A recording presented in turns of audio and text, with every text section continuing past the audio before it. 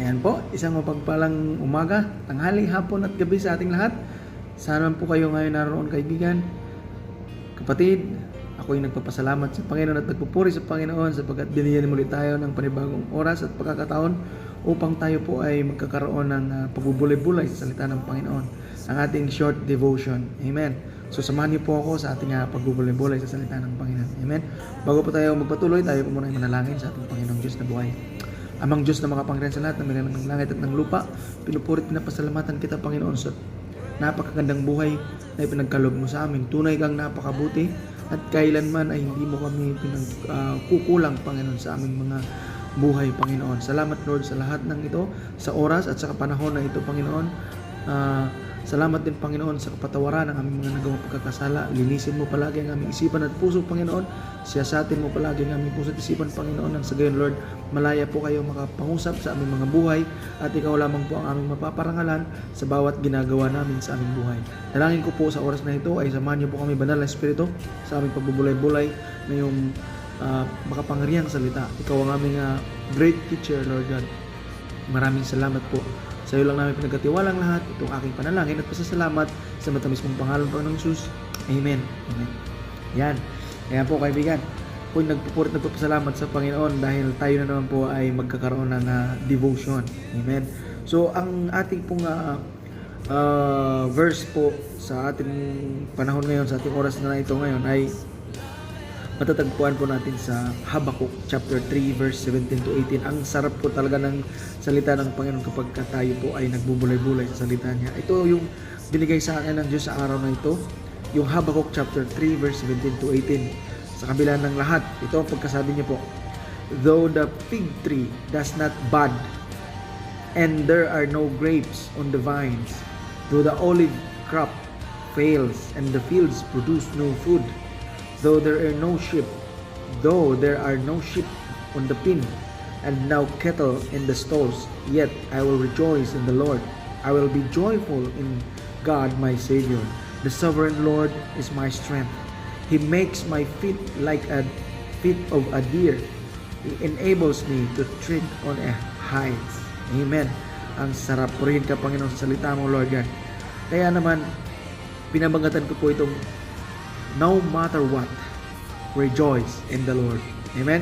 So, no matter what, rejoice in the Lord. Yun ang ating pamagat ngayon sa ating pagbubulay-bulay sa salita ng Panginoon. Alam niyo po kasi, sa panahon, lalo na sa panahon natin ngayon, na mayroon tayong dinaranas na salot sa ating buong mundo. It is easy to be thankful and rejoice when everything is positive. Tama, kapag maganda ang takbo ng buhay, madali lang mag-rejoice, madali lang magpasalamat sa Panginoon. When works is good, talagang ang saya-saya natin, di ba? When everyone is in the family is getting good and okay, di ba? Pagka ganun ang sitwasyon ng buhay natin, talagang napakasarap magpasalamat sa Panginoon, di ba? When everyone is happy, health is good, and there are no problems with your neighbors and co-workers, di ba? Yung mga kasama natin sa trabaho, pag walang problema, talagang nagpapasalamat tayo. We are rejoicing. We are rejoicing. Amen. The government is performing good, etc. Lahat ng nakapaligid sa atin, pagka ganon, ay nagpapasalamat tayo sa Panginoon. We are rejoicing in the Lord. Amen. Pero ang nangyayari po kasi ay kabaliktaran po sa sitwasyon natin ngayon. Amen. Alam naman natin na bihira lang yung ganun o hindi ko alam kung naranasan nyo yun. Pero alam niyo po ba na yung sinasabi ko ay talaga namang kung halimbawa lang naman yan na lahat ay nagkaroon ng kahusayan sa buhay natin. Amen. Kaya nagre-rejoice tayo. Pero what if when we and are living in the midst of trials? What if? Di ba? Paano na? Are we still rejoicing in our Lord? Amen. Para bang sabi nga dito, it seems to be conspiring against you. The world conspiring against you. Yung bang parang dinadagukan na tayo ng mundo. ng daigdig sa sobrang hirap ng buhay, magagawa ba nating magpuri sa Panginoon? Magagawa ba nating mag-rejoice sa Lord? Ito yung tinuturo sa atin ng Panginoon. Ito yung devotion natin at pinapaalala ng Diyos sa akin, sa inyo, sa ating lahat na ang salita ng Panginoon ay talagang makapangyarihan. At ang kwento ni Habakuk, kung atin pong uulitin pagbasa, alam naman natin na dumanas ang ating ang writer nitong Habakuk na ito. Dumanas siya ng napakatinding paghihirap sa buhay. Pero despite sa nangyari sa kanya, sinasabi niya pa rin, rejoice in the Lord. Kaya nga, no matter what, rejoice in the Lord. Kaya yung ating word for the day is rejoice. Amen? Yun po yung ating word for the day, rejoice. Kaya, hindi ko na po nilagyan ng abbreviation yung rejoice kasi medyo nahirapan ako maghanap ng mga words. Pero, ang sarap lang po talaga na laging sinasabi natin sa ating sarili, rejoice in the Lord despite of what happening in our world today. Amen? Kaya nga, this is why Habakuk message here in this chapter 3, 17 to 18. Ito yung sinasabi niya na pinaalalahanan niya yung mga tao na whatever it takes. Sabi nga doon, even if the fig tree does not bud, and there are no grapes on the vines. Hindi na mumunga, wala talaga. Kumbaga, lanta. Do the olive crop fails and fails produce no food. Ayaw nang magbunga. Parang ganun, parang tinutukoy dito sa buhay natin, para bang wala nang kapag-apag-asa. There is no silver lining that we can see to this world, to our trials, to our circumstances. Para bang ganun, diba? Even the world around us is falling apart. Parang dinadagukan na talaga tayo ng mundong ito. Still, itong sinasabi ng ating bida, si Habakuk, still he was committed to being joyful in God, his Savior. Amen, hallelujah. Kaya naman, sabi ko sa sarili ko, ang sarap naman nito, Lord, na pinaalala mo sa amin ang salita mo na talaga namang buhay, whatever it takes, no matter what. Kaya sabi ko nga, no matter what, I will rejoice in the Lord. Kahit napakahirap ang trabaho, kahit maraming mga pagsubok, kahit na may lockdown, kahit na talagang napakahirap. Kung iisipin mo, talagang minsan parang susuko na tayo sa lahat ng nangyayari sa buhay natin. But I encourage you, kaibigan, I encourage you, kapatid, saan ka man ngayon naroon, focus on God, rejoice in the Lord, and He will renew your strength. Trust in the Lord. Have faith in God. And He will renew your strength. Amen? Kaya naman, ang sarap kung talaga. Kaya sabi niya dito, Habakuk was not rejoicing that there is a circumstances in his life. Hindi siya nagre-rejoice na mayroon siyang circumstances. He was rejoicing. Why? Because he was rejoicing because God is with him. Amen. Hallelujah. Habakuk rejoicing because God is in him. And God gave him strength. That's why he is rejoicing even in the midst of these trials and tribulations in his life. Kaya nga sabi nga dito, who was enabled him to walk unbowed by his circumstances. So it is a great example for us of keeping our eyes to God. Fix our eyes on God rather than the chaos of the world around us. Amen? Dapat lagi tayong nakatuon yung ating pananaw sa Diyos kaysa lagi nating titingnan ang problema na ating kinakaharap ngayon. Kasi pag lagi natin tinitingnan ang problema na kinakaharap natin ngayon, mas lalo po tayong magiging depressed. At yun na yung simula ng ating pagkakawalan ng pagtitiwala sa ating Panginoong Diyos. Amen? Kaya ang sarap po ng mga salita ng Panginoon. Itong salita ng Panginoon, Philippians chapter 4 verse 4. Sabi niya, rejoice in the Lord always. I will say it again, rejoice. Yan ang sinasabi ni Pablo sa mga taga-Pilipos. Rejoice in the Lord. I will say it again, rejoice. Amen. Sabihin mo nga sa sarili mo, I will rejoice in the Lord. Amen. Hallelujah. Sabi sa Psalms 55 verse 11, sabi niya, Psalms 5 verse 11. But let all who take refuge in you be glad. Let them ever sing for joy. Amen. And may you shelter them, that those who love your name may exalt in you. Wow, ang sarap. Hallelujah. Sabi niya po sa Psalms 32 verse 11, be glad in the Lord and rejoice, you righteous ones, and shout for joy, all you who are upright in heart. Wow, ang sarap, di ba?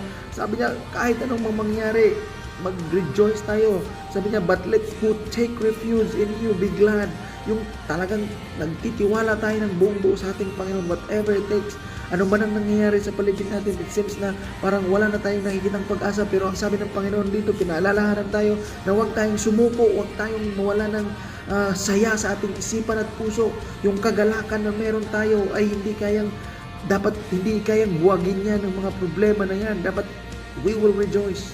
Huwag lang tayong mag-rejoice na masaya ang buhay dahil lang masaya ang buhay, wala tayong problema, pero sa abnormal ang taong walang tinatahak na problema. Abnormal ang tao na walang pagsubok sa buhay. Ibig sabihin, malamang baka hindi siya anak ng Diyos. Kasi ang mga anak ng Diyos talagang pinahihintulutan ng Diyos yan na dumaranas ng pagsubok sa buhay, trials in life. Kung maalala niyo po si Job, kung gaano siya ka-faithful sa Lord, diba? Job was a very faithful man of God. Pero sabi nun sa salita niya, never siyang nagkasala. Because he believed God is with him. God is his strength. Kaya yun ang dapat natin tandaan, kaibigan. Rejoice. That's our powerful word today. Rejoice. Amen? Rejoice in the Lord. Pero ito pinakamaganda rito. In Luke chapter 10 verse 20, ito ang the best. Pakinggan niyo po. Sabi niya, nevertheless, do not rejoice in this, that the spirit are subject to you. Ito sabi niya, but rejoice that your name are recorded in heaven. Woo! Doon talaga ako nagpapasalamat sa Panginoon. Alam niyo bakit? Kasi pinaalala sa akin ng Panginoon na sa kabila ng lahat ng aking mga nagawang pagkakasala, sa kabila ng lahat ng aking pagkukulang sa Kanya, pero alam ko sa puso't isipan ko, my name was recorded in heaven. I truly believe that. Pangahawakan ko yan. And I pray that I will still in the presence of God. God will give me strength, whatever it takes. Yun ang dapat natin ipagpasalamat sa Panginoon. Yun ang dapat natin i-rejoice sa Lord. Bakit? Kung ay yung mga pagsubok na yan ay nagpapasalamat pa rin tayo, nagre-rejoice pa rin tayo, mas lalo tayo magpapasalamat. Bakit? Yung pangalan natin ay nandun na sa aklat ng buhay. Amen. Nung tinanggap natin si Jesus Christ bilang ating Panginoon at saligang tagapagligtas, yung pangalan mo at pangalan ko ay nandun na sa aklat ng buhay. Kaibigan, baka yung pangalan mo ay hindi pa nakasulat sa aklat ng buhay. Your name is not recorded in heaven. Be careful. And by this time, I pray to you na you will accept the Lord Jesus Christ as your Lord and personal Savior. He is the way, the truth, and the life. No one can come to the Father except through Him. Amen. Ang sabi ng Panginoon, for those who accept and believe Him, give Him the right to become His child. Wow! So kaibigan, inaanyayahan kita sa mga oras na ito. Tanggapin mo ang ating Panginoong Jesus sa buhay mo. Papasukin mo siya. Siya na dapat ang maghari sa buhay mo. Mingi ka ng kapatawaran sa Kanya.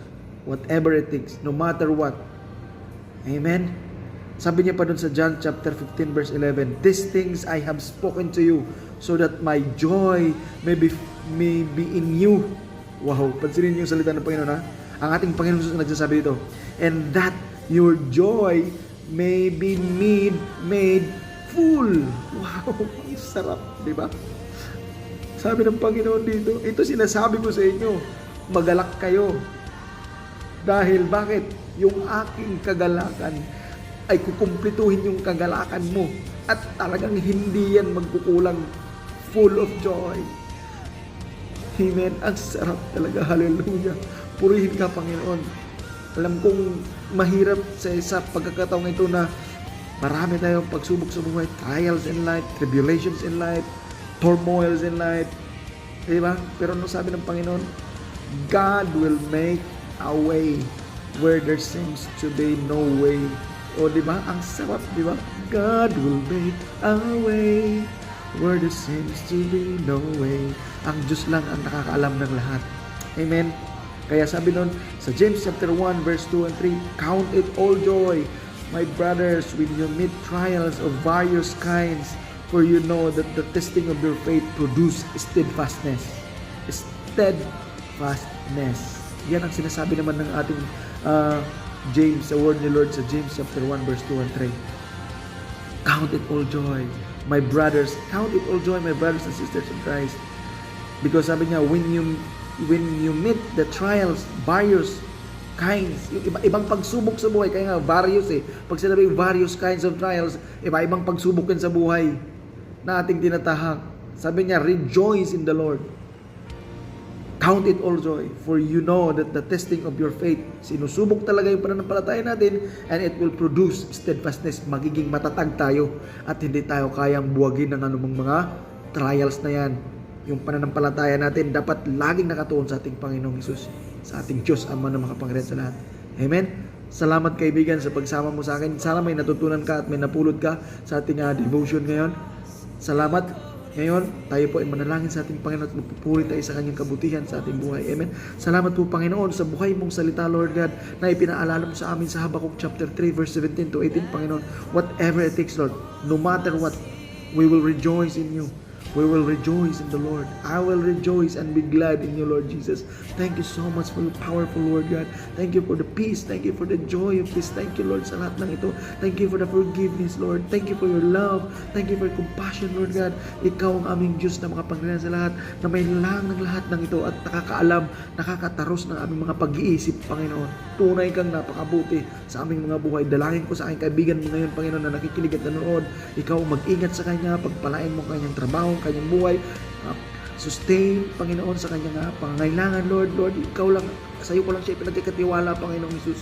Sa iyo ko lang pinagkaloob ang kanyang buhay, Lord. Sana tanggapin kanya bilang Panginoon sa sarili tagapagligtas, Panginoon. Kung hindi ka pa kapatid na tumanggap sa ating Panginoong Hesus, dapat tanggapin mo ang ating Panginoong Hesus bilang ating Panginoon sa sarili tagapagligtas. Amen. Tandaan mo, kaibigan, ang Diyos ay naghintay para sa iyo. Sabi nga niya sa Revelation chapter 3 verse 20, nakabukas ang kanyang pinto. Kung ikaw, ang Diyos ay kumakatok sa ating pinto.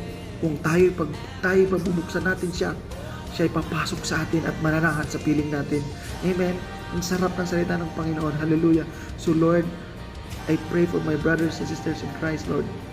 At saka yung mga taong hindi pa nakakilala sa iyo. Ipuin mo ang kanilang mga puso, Panginoon, na tumanggap sa iyo bilang kanilang Panginoon at silang tagapagligtas. At sa pamagitan po ng mga devotion ito ay patuloy silang sumubaybay, Panginoon, at sa gayon ay matutunan nila ang iyong mga salita. Salamat po, Panginoon, sa buhay mong salita. Ingatan niyo po ang pamilya namin, ingatan niyo po ang aming mga mahal sa buhay, ingatan niyo po ang aming mga kaibigan, ang aming mga amo, ang aming bansa, ang aming presidente, Panginoon, ang hari ng Saudi, Panginoon. I pray, Lord God, for this COVID-19 na alam naman namin na ikaw lang nakakalam nito kung kailan mo ito pahaalisin at paupain. But we trust you, Lord. We will rejoice in you, Lord. We will rejoice in your presence all the time. Thank you so much, Lord. To you all the glory and honor and praise through your Son, my Lord and Savior Jesus Christ, and by the guide of the Holy Spirit. This is my prayer and thanksgiving. Amen and amen and amen and amen. Hallelujah. Thank you, kaibigan. I hope that you will rejoice in the Lord and be glad in it. Amen. So, tandaan natin, ang ating word for today is rejoice. Hallelujah. Palakpakan natin natin, Panginoon. Now, kung hindi po pa ako na-subscribe, please subscribe and then share it and click the button below so that mas palagi ka pang ma-update sa aking mga video. Amen. Salamat sa iyo, kaibigan. To you all the glory and honor. God bless. Hallelujah.